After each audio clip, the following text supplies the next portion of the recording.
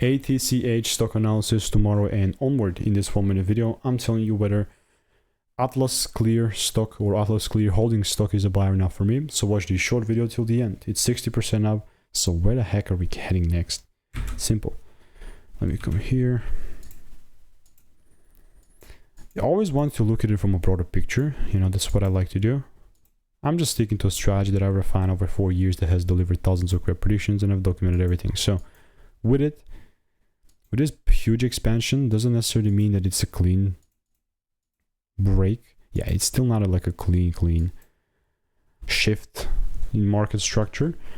It would only really be a clean shift if there was like a second break above here. And guess what? If there is, I'm very open to that bullish idea. So it would ultimately just come back down to waiting, and without not assuming, but actually waiting to see what the price is going to give you.